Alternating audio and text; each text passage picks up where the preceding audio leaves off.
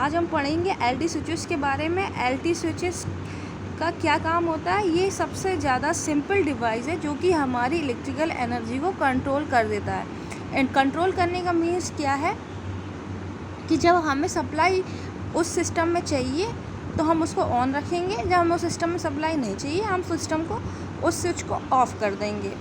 तो क्या होता है, अगर उस स्विच की ब्रेकिंग कैपेसिटी लोअर है, जो कि बहुत ज़्यादा डेंजरस भी हो सकती है, अगर उसको ऑपरेट नहीं कर सकते उतनी कैपेसिटी में, तो हम उस स्विच को ऑफ़ करेंगे।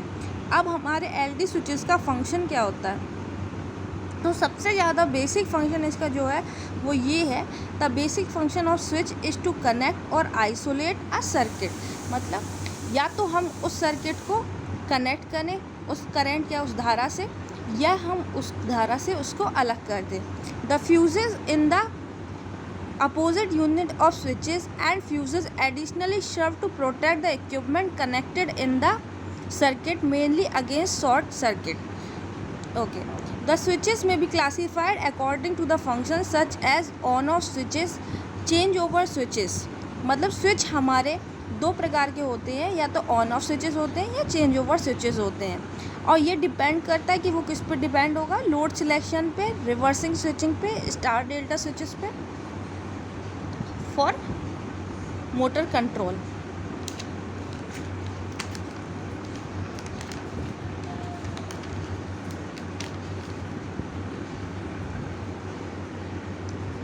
अब हम पढ़ेंगे स्विचेस की एप्लीकेशन क्या है स्विचेस की। स्विचेस का काम जो है, हम एज आइसोलेटर यूज़ कर सकते हैं। एज आइसोलेटर में इसका काम ये है कि हमें जो बहुत ज़्यादा सप्लाई जब आ गई तो हमें उसको ऑफ़ करना है, उसको ऑन करना है, तो हम आइसोलेटर की मदद से उसको ऑफ़ कर देंगे। LT switches are sometime used in main switch boards as isolator before non-draw out of circuit breaker. These isolators are not supposed to make or break any current, but it required to be operated off load to disconnect the circuit breaker from the supply for maintenance purpose.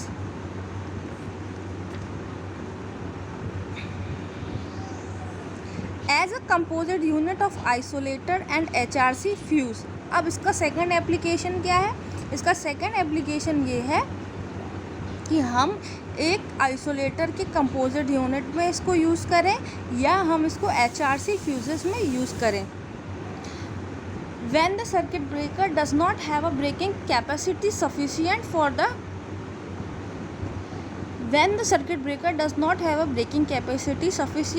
the prospectus short circuit current at the point of installation.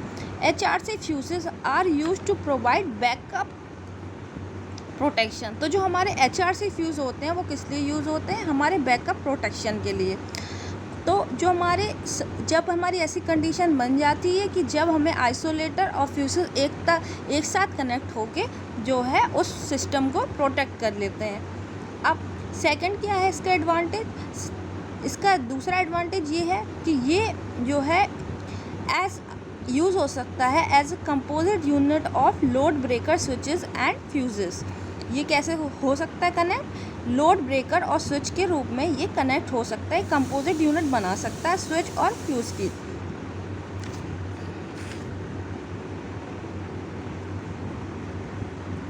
When feeder is feeding other substation board of not much importance, the composite units of load break switches and fuses are often employed on main switches board for the outgoing instead of circuit breaker for reason of economy, while the fuses protect the cable. अब हम पढ़ेंगे क्या इसका operation of power transformer. Power transformer का operation क्या है। अब The technical article will provide 10 general guidelines for installing and testing both dry and liquid filled power transformer for placement into service. तो टेस्ट जो होते हैं वो क्या क्या होते हैं पावर ट्रांसफार्मर में।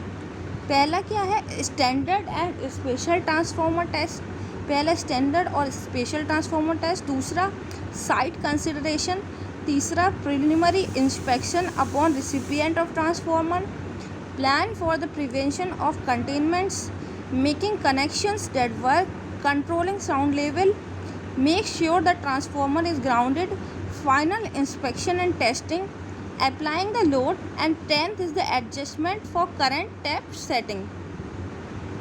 तो थोड़ी इसकी मीनिंग हम समझा दे रहे हैं। पहला क्या है, standard and special transformer test.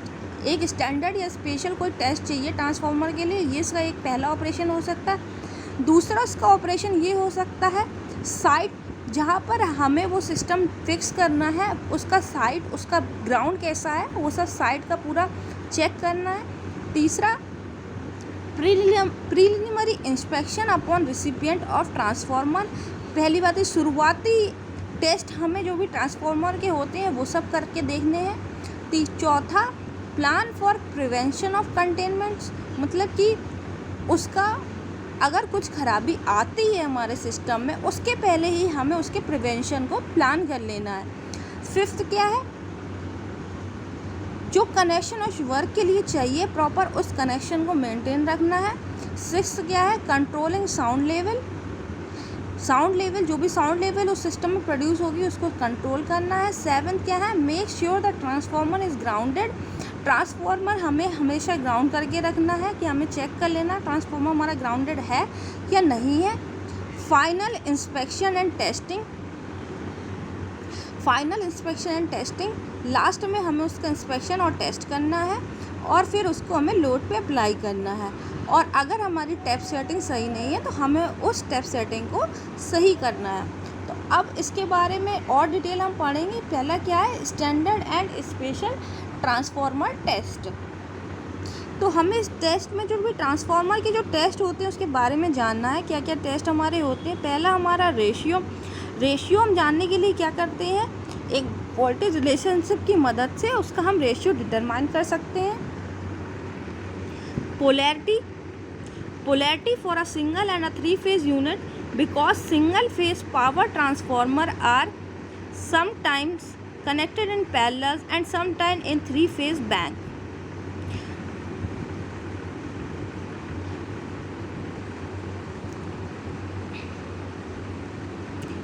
Polarity हमें चेक करनी है क्योंकि कभी कभी हमारा जो सिंगल फेज ट्रांसफार्मर होता है वो हमारे पैरेलल में 3-phase बैंक के साथ कनेक्ट हो जाता है। और उसके बाद phase relationship for a 3-phase units important when 2 or more transformer are operated in parallel. उसके बाद excitation current which relates to efficiency and verify the code design to correct. तो हमें एक्साइटेशन करंट को जानना है। नो लोड कोर लॉस को जानना है कि अगर हमारा कोई लोड नहीं है तो उसमें क्या कोर लॉस हो रहे हैं, कोर में क्या लॉस आ रहा है, हमारी इफ़िशियंसी क्या है और हमने करेक्ट कोड डिज़ाइन किया है कि नहीं किया है। रेजिस्टेंस हमारा क्या होगा, हमारा टेम्परेचर क्या होगा, हमारा वाइंडिंग का टेम्परेचर क्या होगा, हमारा इम्पीडेंस क्या होगा, उसके बाद हमारा लोड लॉस क्या होगा, हमारा वोल्टेज ड्रॉप का रेगुलेशन कैसे होगा। अप्लाइड एंड इंड्यूस्ड पोटेंशियल, हमारा जो पोटेंशियल जो उसमें अप्लाई कर रहे हैं, इंड्यूस कर रहे हैं, वो कैसे इंड्यूस्ड होगा। देयर आर एडिशनली टेस्ट में भी एप्लीकेशन, इसके अलावा कुछ और भी टेस्ट हैं जो कि एप्लीकेबल होते हैं। पहला हमें क्या देखना है, इम्पल्स, अगर हमारी कोई लाइटनिंग जो कि विद्युत जो हमारी आकाशीय लाइट होती है अगर वो उसमें स्ट्राइक कर जाए वो चेक करना है। हमारा साउंड उसमें प्रॉपर जो भी आ रहा है कहीं ऐसा तो नहीं जो हमारे आसपास के लोग हैं उनको जो है प्रभावित करें, रेसिडेंशियल एरिया या ऑफिस एरिया के पास हो। उसके बाद टेम्परेचर राइज, अगर हमारा कॉइल में कोई टेम्परेचर राइज तो नहीं हो रहा है, या उसमें कोरोना एक जो फिनोमिना होता है, अगर हमारा हाई वोल्टेज या लो वोल्टेज का मीडियम होता है तो वहाँ पर एक कोरोना इफ़ेक्ट हो जाता है। और उसके बाद इंसुलेशन रेजिस्टेंस उसका चेक करना है। Megohmmeter testing which determine dryness of insulation and in often done after delivery to serve a benchmark for comparison against future readings and insulation power factor. which is done at initial installation at every few years thereafter will help determine the aging process of the installation। अगर हम उसके power factor और जो हमारी initial installation है हमें उनको check करते रहना है। उसके बाद दूसरा हमारा साइट कंसिडरेशन। साइट कंसिडरेशन में सबसे पहले हम उसकी लोकेलिटी को डिसाइड करेंगे कि जो हमारे लोकेलिटी को डिसाइड करेंगे कि वो किसी ऑफिस या रेजिडेंशियल एरिया के पास ना हो, और जो हमारे सेफ्टी कोड्स हैं, जो गवर्नमेंट ने सेफ्टी कोड्स दिए हैं, वो वहाँ पर अप्लाई हो जाएं। With the normal movement of personal equipment and material, the location should not expose the transformer to possible damage from cranes, trucks or moving equipment। तो हमारी जो लोकेशन है वो ट्रांसफार्मर जो हमारा क्रेन से जो हमारे उसमें जाना है ट्रांसफार्मर, वो सब हमारा कहीं डिस्ट्रॉय ना हो, ये सब हमें चेक करके चलना है। हमारा ट्रक वहाँ जा सकता है कि नहीं जा सकता है, हमारे इक्विपमेंट्स को लेके ये सब हमें चेक करना है। जैसे कि कोई क्रेन होती है, एग्जाम्पल अगर कोई क्रेन होती है, कहीं ऐसा ना हो वो ट्रांसफ़र करने में वहाँ आसपास किसी को क्षति पहुँचा सके। ये एक एग्जाम्पल है क्रेन का। तो हमें थर्ड हमारा प्रिलिमिनरी इंस्पेक्शन अपॉन रिसिपिएंट और transformer. When received, a transformer should be inspected for damage during shipment. Examination should be made before removing it from the railroad, car, truck, or if any damage is evident or any indication of rough handling is visible to claim should be filled with the carrier at once and manufacturer notified। तो हमें जो transformer वहाँ use करना है, हमें उसको पहले से चेक कर लेना, उसका डैमेज चेक कर लेना, उसके बाद ही हमें वहाँ पर साइट पे उसको पहुँचाना है। उसके बाद हम फोर्थ पॉइंट पढ़ेंगे, plan for the prevention of containment. तो हमें एक प्रोसीजर अप्लाई कर लेना है किसी भी टूल को इंस्टॉल करने से पहले, किसी हार्डवेयर को इंस्टॉल करने से पहले एक प्लान को इंस्टॉल कर लेना है।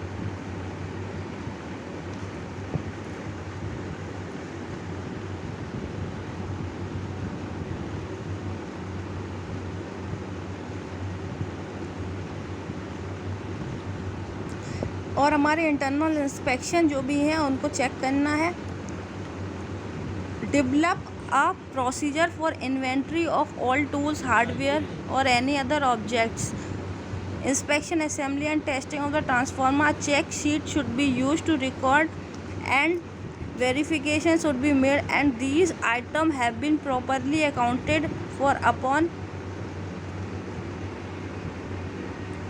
completion of work।